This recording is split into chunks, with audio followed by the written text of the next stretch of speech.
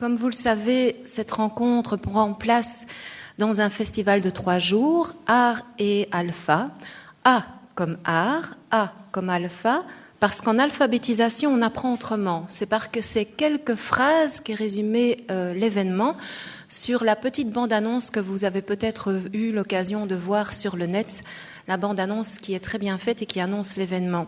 Et comme moi, si vous avez lu ou vu le programme, vous avez peut-être déjà pu découvrir les 50 projets artistiques qui sont mis à l'honneur par ce festival, des projets artistiques issus d'associations d'alphabétisation riches en diversité. Dans un contexte où, en fédération Wallonie-Bruxelles, on estime qu'un adulte sur 10 est incapable de lire et d'écrire, nombreuses sont les associations d'alphabétisation qui proposent des formations collectives pour tous ceux et celles qui veulent apprendre ou réapprendre à lire et à écrire. Ici, on ne parle pas d'enseignants, on parle de formateurs, on ne parle pas d'élèves ni d'étudiants, mais on parle d'apprenants. Et ce n'est pas anodin. L'enjeu de ces formations dépasse l'unique apprentissage de la langue et va bien au-delà. C'est l'émancipation individuelle et collective qui est visée. Et de plus en plus, les pratiques artistiques sont souvent investies comme des leviers à cet objectif. Art et alphabétisation. Nous sommes réunis aujourd'hui pour nous interroger sur le rôle des arts dans une démocratie inégalitaire. Mais avant d'avancer davantage sur le contenu et la présentation des intervenants, je vais laisser Madame Anne-Chantal Denis, directrice de Lire Écrire Bruxelles, vous présenter le festival ainsi que le cadre général de l'événement. Ensuite, je passerai la parole à Monsieur Philippe Sterck, conseiller auprès de ministre Charles Piquet, membre du collège de la Commission communautaire française chargée de la cohésion sociale. Bonjour tout le monde et donc bienvenue dans cette deuxième journée du festival, parce qu'hier on a déjà eu un très beau moment d'inauguration en fin de journée, et donc je remercie effectivement la collaboration de la Maison des Cultures et de la Cohésion sociale de Molenbeek qui nous accueille pour cet événement, et vraiment toute l'équipe qui a fait et continue à faire preuve en tout cas à la fois d'une grande sympathie, ce qui est vraiment un bel atout, et d'un très beau professionnalisme dans l'organisation de cet événement. Je remercie aussi particulièrement l'équipe communication édition Lire Écrire Bruxelles qui a vraiment porté cette initiative depuis plusieurs mois maintenant, puisqu'il y a eu un appel à projet qui a été lancé en octobre 2011. Et donc voilà, cette première édition d'un festival, c'est peut-être la première de plusieurs, donc a été soutenue particulièrement par la COCOF Affaires culturelles, à laquelle nous avions introduit un projet et une demande de financement. Mais évidemment, tous les projets qui sont présentés ont été soutenus par d'autres pouvoirs subsidiants, et donc je remercie particulièrement la Fédération Wallonie-Bruxelles, précédemment, il n'y a pas si longtemps, Communauté française de Belgique, particulièrement dans les cadres des projets Alpha Culture, mais aussi Centre d'expression et de créativité. Aussi la COCOF Cohésion sociale, mais il y a aussi le FIPI, le Fonds social européen, Actiris, via les postes ACS, et certaines administrations communales. Sur le site, en tout cas, projet par projet, vous verrez les différents soutiens dont chaque association et chaque projet a pu bénéficier. Mais je pense même si on en arrive à un événement multiple et diversifié, étalé géographiquement sur différentes communes et dans différents lieux culturels, l'idée pourtant est née très simplement. Je pense par l'intérêt et la sympathie de plusieurs collaborateurs de Lire Écrire Bruxelles, mais aussi de la Maison des Cultures ici. Donc je note, il y a, disons pour Lire Écrire Bruxelles, Caroline Heller et Hens de Klerk, mais aussi pour la Maison des Cultures, maintenant j'oublie son prénom, Christelle Lovaux, voilà. Donc je salue vraiment pour la qualité de la collaboration. Et voilà, chacune savait de manière différentes, en des lieux et des temps différents, qu'il existait en tout cas de nombreux projets intéressants, de qualité, dans les associations d'alphabétisation. Elles avaient pu les découvrir ou elles en avaient entendu parler. Et c'est vrai, comme souvent, on se dit, mais c'est quand même dommage, peut-être que toutes ces réalisations-là sont maintenant dans le fond d'une boîte, d'un coffre, et que plus personne, avant longtemps, ne va les en sortir. Et voilà, on a trouvé que c'était en tout cas une belle opportunité de mettre ensemble ces intérêts communs pour les rassembler dans différents lieux. Disons, ça c'est avéré nécessaire de le faire en différents lieux, vu justement le succès rencontré par l'appel à projet qui a motivé une bonne trentaine d'associations. Je pense qu'elles sont 34 maintenant, y compris 2 locales de Lire Écrire Bruxelles. Et donc, ils présentent, non pas 50, mais une bonne soixantaine de projets dans ces différents lieux. Et donc, la collaboration et donc la confiance aussi qu'ont manifesté 6 lieux culturels bruxellois, qui sont évidemment le lieu dans lequel on est aujourd'hui, le centre de création de Laken, le Wils, le Brass, la Maison du Livre à Saint-Gilles et les Ateliers de la Banane à Saint-Gilles aussi. Mais donc voilà, il y a ce souhait de valoriser les réalisations, mais au-delà des réalisations, il y a aussi le souci de soutenir une conception de l'alphabétisation dans laquelle se retrouve pour moi tant la cohésion sociale que l'éducation permanente et l'ISP dans sa volonté en tout cas de maintenir et de développer une dimension éducation permanente de son action. Donc c'est une alphabétisation populaire qui, dès le début et tout au long du processus d'alphabétisation, fait de l'apprentissage de la langue, de la lecture et de l'écriture, comme du calcul, non pas une fin en soi, mais un outil d'expression sociale, de prise de parole, de pouvoir sur sa vie, son milieu et son environnement, qui favorise une approche collective qui privilégie l'ouverture au monde, la rencontre de différentes cultures et la confrontation constructive. C'est un extrait qui qualifie l'alphabétisation populaire et qui se retrouve dans la charte de Lire Écrire, mais je pense avoir vu en tout cas les déclarations ou les textes tant de la cohésion sociale que de l'éducation permanente qui se retrouvent en tout cas dans cette conception. Et donc voilà, c'est un événement qui, en plus du plaisir des yeux et des oreilles, va permettre d'apprécier, de questionner l'ancrage de l'alphabétisation au sein de la culture et donc là où les places de l'expression culturelle multiple en alphabétisation. Un temps particulier dans cette rencontre cohésion sociale pour témoigner, défendre, questionner l'approche culturelle comme levier de cohésion sociale en alphabétisation, une des 3 priorités pour la programmation 2011-2015, donc de la dimension cohésion sociale définie par la COCOF. Et donc je remercie effectivement Philippe Sterckx du cabinet Piquet, l'administration COCOF et le CRAX qui est d'ailleurs ici présent dans la salle, d'être venus à cette rencontre. Et donc particulièrement, je trouve dans un contexte réputé d'austérité, comme on en entend parler quotidiennement, où l'expression artistique est rapidement menacée et où les artistes sont menacés, davantage précarisés, dans des tracasseries administratives très activées non par l'ONEM. Je pense que c'est un moment de témoignage de l'importance justement que ces artistes ont dans le soutien à notre action. Et je pense qu'il faut en tout cas utiliser tous les moments et les opportunités possibles pour le rappeler et interpeller les pouvoirs publics sur cette nécessité. Et donc, voilà, je pense que les réalisations présentées, les récits, je pense que ça vaut la peine, quand vous en avez l'occasion, si vous parcourez les différents lieux ou ici dans cet espace, vous croisez en tout cas les associations et les intervenants, de parler avec eux, parce que je trouve que c'est vraiment passionnant de les entendre témoigner justement du processus auquel ils ont participé. Les apprenants aussi, qui sont vraiment des acteurs évidemment prioritaires dans la réalisation de ces projets.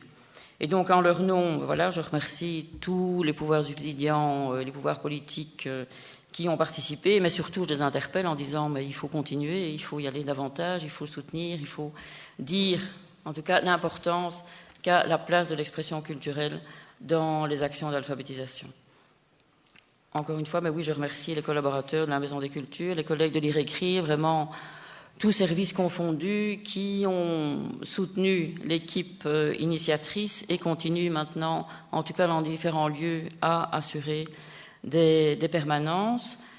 Pour la journée d'aujourd'hui, un remerciement particulier à Monique Rosenberg, conseillère pédagogique, qui a participé en première ligne à l'organisation de la matinée qui permettait en tout cas la rencontre entre des intervenants et des associations intéressées.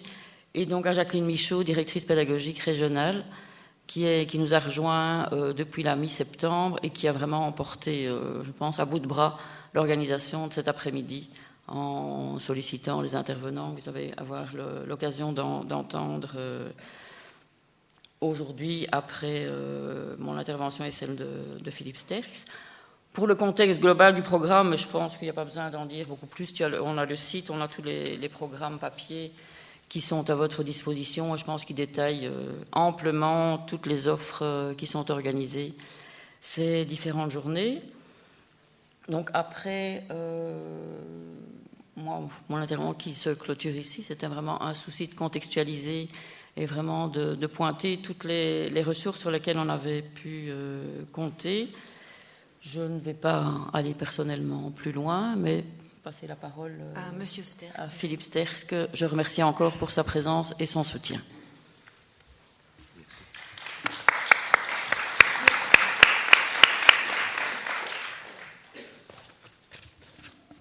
Bien, mais bonjour à toutes et à tous. C'est un plaisir pour moi d'être parmi vous aujourd'hui dans le cadre de ce festival Art et Alpha. J'ai eu l'occasion hier soir de visiter l'exposition et je dois dire que c'est vraiment une exposition remarquable et vraiment c'est extrêmement encourageant de voir tout ce qui est réalisé à ce niveau-là. Je voudrais excuser le ministre, M. Charles Piquet, qui, en raison d'un agenda hyper chargé, il n'a pas pu être présent cet après-midi et il m'a demandé de le représenter pour vous adresser un certain nombre de mots, de paroles qu'il aurait souhaité faire à ma place, mais il malheureusement n'a pas pu le faire comme je vous le dis. Je voudrais insister sur un élément que vous connaissez certainement, c'est celui de la désignation en 2009 de Lire et Écrire Bruxelles dans un rôle essentiel en région bruxelloise en matière d'alphabétisation. En effet, cette année-là, sur décision du ministre et du collège de la COCOF, Lire et Écrire a été désigné dans le cadre du dispositif de cohésion sociale pour coordonner le développement de l'alphabétisation dans la région. Chacune et chacun d'entre vous connaît l'importance du plan bruxellois d'alphabétisation et de l'action, évidemment, de Lire et Écrire, puisque vous en faites partie, ou en tout cas que vous collaborez avec Lire et Écrire dans le cadre de vos actions. Vous êtes également bien au fait des efforts importants qui ont été entrepris par les pouvoirs publics, et notamment la Fédération Wallonie-Bruxelles et la COCOF, pour soutenir le processus d'alphabétisation en finançant de nombreuses associations. Et c'est notamment le cas en cohésion sociale. D'autre part, vous n'ignorez pas que, malgré les efforts entrepris, un grand nombre de demandeurs ne trouvent pas place dans les dispositifs d'alphabétisation actuels. Cela reste donc une préoccupation permanente et persistante des pouvoirs publics. Mais aujourd'hui, nous ne sommes pas nécessairement là pour parler uniquement des questions de place dans les processus, dans les dispositifs d'alphabétisation. Nous sommes ici plutôt pour parler des relations, des complémentarités entre l'art et l'alphabétisation. Et je suppose que les débats qui vont se poursuivre au cours de cet après-midi vont mettre l'accent sur la nécessité de remettre l'humain au centre des préoccupations dans une société qui produit quotidiennement des inégalités et de l'exclusion. L'illettrisme, qui est évalué en région bruxelloise, mais de manière assez approximative, à 10% de la population, est un exemple criant de cet enjeu pour la région bruxelloise. Au regard de cet enjeu, les politiques sociales comme les politiques culturelles sont directement concernées. Leur complémentarité doit permettre à chaque individu de construire sa propre identité, de conquérir ou de reconquérir une véritable dignité et d'acquérir son autonomie au sein de la société. À ce titre, le choix fait par le ministre de faire de l'alphabétisation et de l'apprentissage du français une des priorités de la cohésion sociale répond à la fois à la volonté de lutter contre l'exclusion sociale et de rendre aux personnes en situation d'analphabétisme leur dignité et leur capacité d'action dans la cité. À l'époque du choix de ces priorités, certains ont estimé qu'il manquait une priorité permettant de favoriser l'émergence d'actions de type culturel ou socio-culturel. En réponse à ces critiques, la voie qui a été choisie est celle de la complémentarité entre la cohésion sociale et les actions socio-culturelles, c'est-à-dire entre notamment la priorité alphabétisation et les actions de type culturel et socio-culturel. Le rapprochement entre les actions d'alphabétisation et les actions culturelles ou socio-culturelles renforce l'efficacité de chacune d'entre elles prises individuellement. Et ça, c'est l'objectif que nous avons visé. Le soutien à des actions de type complémentaire proposées par des intervenants artistiques correspond bien à la manière dont Lire et Écrire travaille dans le cadre de ces activités d'alphabétisation. Et aujourd'hui, lorsqu'on regarde ce programme de cohésion sociale, lorsqu'on analyse la répartition des activités et des actions qui sont menées, mais on constate que l'alphabétisation et l'apprentissage du français représentent 30% de l'ensemble des activités de cohésion sociale. C'est un chiffre important et je pense qu'il mérite d'être souligné. Mais permettez-moi de prendre quelques instants pour parler d'un débat qui fait rage aujourd'hui, à savoir le débat sur l'intégration. Je voudrais d'abord dire que lorsque l'on aborde la question de l'intégration, il faudrait préciser d'abord de qui on parle. Vise-t-on, en parlant d'intégration, les personnes qui sont arrivées et installées récemment en région de Bruxelles-Capitale, ou bien parle-t-on des personnes d'origine étrangère, dont bon nombre d'entre elles sont aujourd'hui d'ailleurs des citoyens ou des citoyennes belges, installés depuis de nombreuses années dans notre région. En ce qui concerne ces personnes nouvellement arrivées ou qui arriveront dans le futur et s'installeront dans la région, il y a lieu de mettre l'accent sur une politique d'accueil. J'insiste sur le mot « accueil », à laquelle, d'ailleurs, nous travaillons et qui fait partie de notre accord de législature, au niveau de la COCOF et au niveau de la région. Cette politique, elle vise à orienter les personnes concernées vers des structures qui dispensent des cours de langue, de l'alphabétisation, mais aussi des informations dites de citoyenneté.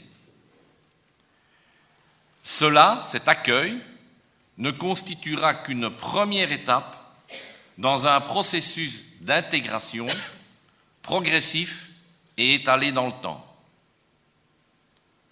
D'ailleurs, pour réaliser cette intégration, un certain nombre de dispositifs ont été mis en place depuis le début des années 90. Et la cohésion sociale est un de ces dispositifs qui, en 2004, a rassemblé les programmes intégration-cohabitation, insertion sociale et été jeune, pour donner le décret de 2004 qui constitue aujourd'hui la base légale du développement de la cohésion sociale. Et dans le cadre de ces dispositifs, les actions de soutien scolaire, d'alphabétisation et d'apprentissage de la langue et d'accueil des primo-arrivants constituent les éléments de base, les priorités de cette politique. Le FIPI, le Fonds d'impulsion pour la politique des immigrés, permet également de développer des actions, notamment d'alphabétisation, et complète le dispositif.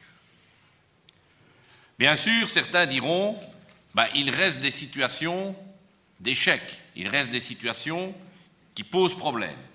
Et ça, on ne peut le nier, c'est une réalité. Mais sous-entendre, en parlant d'échec, que rien n'est fait dans le domaine de l'intégration constitue une contre-vérité. Par contre, l'augmentation des moyens destinés à ces dispositifs permettrait d'encore faire plus en matière d'intégration. Et ça, c'est un objectif que nous visons en priorité. Avant de conclure, pour ne pas être trop long, je soulignerai une réalité, c'est que vous êtes nombreuses et nombreux à développer différentes actions qui répondent à ces priorités, et principalement en matière d'alphabétisation et d'apprentissage du français. Mais vous êtes non seulement les acteurs de ces dispositifs, mais vous êtes aussi les témoins des efforts réalisés tous les jours par celles et ceux qui veulent trouver leur place dans notre société et s'y épanouir. Et en ouvrant ce colloque, je ne peux que vous encourager à poursuivre vos travail, indispensables à la lutte contre la stigmatisation, contre l'exclusion et contre la pauvreté.